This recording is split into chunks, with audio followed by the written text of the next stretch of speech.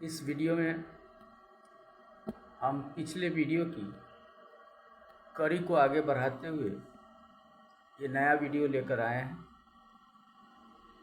पहले हमने प्लांट के ग्रोथ एंड डेवलपमेंट के बारे में पढ़ा, उसके बाद मेरिस्टेमेटिक टिश्यू के बारे में हमने स्टडी कर लिया, हमने जान लिया।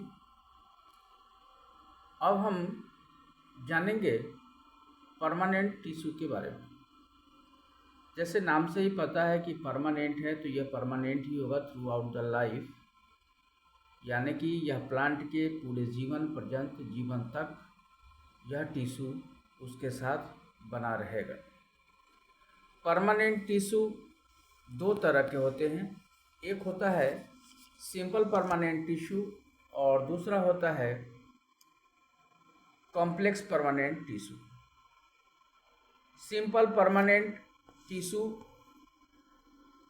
जो होते हैं वो दो प्रकार के होते हैं, प्रोटेक्टिव एंड सपोर्टिव।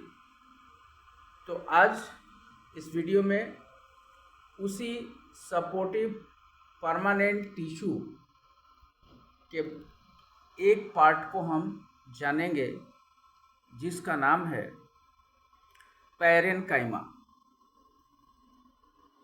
वैसे इसके तीन पार्ट्स होते हैं, पैरेन्काइमा, कोलेन्काइमा और स्क्लेरेन्काइमा। तो अभी इस वीडियो में मैं तुम लोगों को बताऊंगा पैरेन्काइमा के बारे में। दरअसल parenchyma one types of plant tissue है जिसके सारे के सारे जो सेल्स होते हैं वो लिविंग होते हैं, और इसका जो सेल वॉल होता है वह काफ़ी थीन होता है, और इसका जो है सेल वॉल आइसोडायमेट्रिक और पॉलीगोनल शेप के होते हैं इसके सेल्स। और पैरेन्काइमा वास्कुलर टिश्यू भी बनाते हैं। Parenchyma tissue soft part of the plant, leaves, stems, roots and flowers में पाए जाते हैं। इसके जो सेल का शेप होता है वह isodiametric, can be oval, polygonal और इलोंगेटेड हो सकता है। इसके सेल वॉल काफ़ी थीन होते हैं और वह सेल्यूलोज का बना होता है, यानी कि इस और पैरेन्काइमा के अंदर जो सेल होता है उस सेल में क्या क्या होता है, तो एक तो होता है प्रोमिनेंट न्यूक्लियस, दूसरा होता है साइटोप्लाज्म, और साथ ही साथ इसके पास लार्ज सेंट्रल वैक्यूल्स होते हैं। इसका जो इंटर सेलुलर स्पेस होता है यह काफ़ी लूज होता है, यानी कि इसके जो सेल्स होते हैं दो सेल्स के बीच में काफ़ी जगह होता है, जिसे हम the space between two cells, उसे ही हम इंटर सेलुलर स्पेस कहते हैं। तो इसके जो सेल्स के बीच का स्पेस होता है वो काफ़ी होता है, जिसके कारण से इसके सेल क्लोजली टाइट पैक्ड नहीं होते हैं।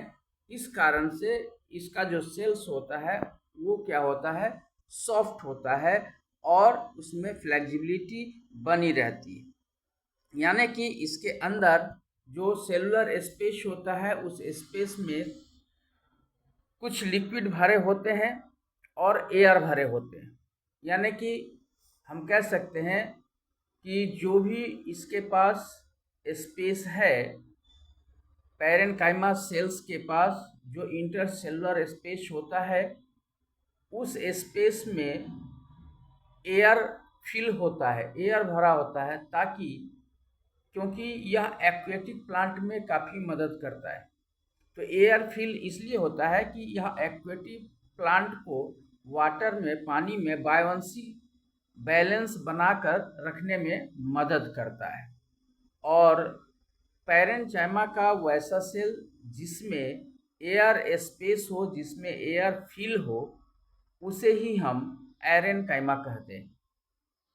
तो कंफ्यूज होने की ज़रूरत नहीं है कि पैरेन्काइमा और एरेनकाइमा, कभी कभी ये आ जाता है कि एरेनकाइमा और पैरेन्काइमा क्या है। तो एरेनकाइमा पैरेन्काइमा का ही पार्ट है, लेकिन एरेनकाइमा में इंटरसेलुलर स्पेस में जो एयर फिल होता है उसे ही हम एरेनकाइमा कहते हैं। और यह इसके कारण से यह प्लांट जो होता है वो काफ़ी फ्लेक्सिबल होता है, यानी कि यह एक्वेटिक प्लांट में, मोस्टली एक्वेटिक प्लांट में पाया जाता है। अब इसके पास स्वाभाविक है कि लार्ज वैक्यूल्स होते हैं, सो पैरेन्काइमा स्टोरेज का काम करता है, यानी कि यह फूड, स्टार्च, प्रोटीन, फैट को तो स्टोर करता ही है, साथ ही साथ यह वाटर को भी स्टोर करता है। अब वाटर को स्टोर करने के कारण स्वाभाविक है कि जब यह वाटर को स्टोर करेगा तो वो वाटर खर्च कहाँ करेगा, तो वाटर खर्च होता है फोटोसिंथेसिस की क्रिया में। तो स्वाभाविक है कि पैरेन्काइमा फोटोसिंथेसिस के प्रोसेस में भी मदद करता है। और साथ ही साथ यह पैरेन्काइमा सेल्स लीव्स में भी और यंग स्टेम्स में भी पाया जाता है। तो लीव्स और यंग स्टेम में जो पाया जाता है उसको हम क्लोरेन्काइमा कहते हैं।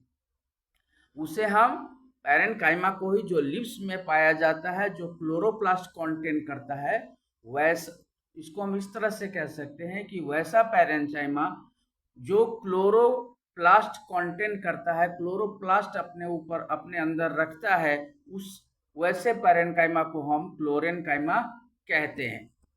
यानी कि यह जो है आपको फोटोसिंथेसिस में भी मदद करता है, साथ ही साथ यह सेक्रेशन में भी मदद करता है बहुत सारे सब्सटेंस को, क्योंकि इसके पास इंटरसेलुलर स्पेस होता है, तो इसलिए यह अंदर के मटेरियल्स को बाहर निकालने का, एक्सक्रीट करने का भी काम करता है। सो सेक्रेशन, सेक्रेटरी फंक्शन भी इसके पास होता है। जैसे सेक्रेट किस चीज़ का करेगा, तो नेक्टर का करेगा, रेनिन्स का करेगा, ऑयल्स का करेगा, इस सब का सेक्रेशन करता है। साथ ही साथ पैरेन्काइमा सेल्स में डिवाइड कैपेसिटी होता है, यानी कि सेल का ग्रोथ होता है, इसलिए यह वुंड्स को हीलिंग और रिपेयरिंग का भी काम करता है, ताकि अगर प्लांट्स में कोई कट, कोई इंजरी हो जाए तो वह प्लांट को फिर से रिपेयर करके पहले जैसा बना सके। ये काम भी पैरेन्काइमा करता है। साथ ही साथ यह गैसियस एक्सचेंज का भी काम करता है, यानी कि रेस्पिरेशन में भी मदद करता है,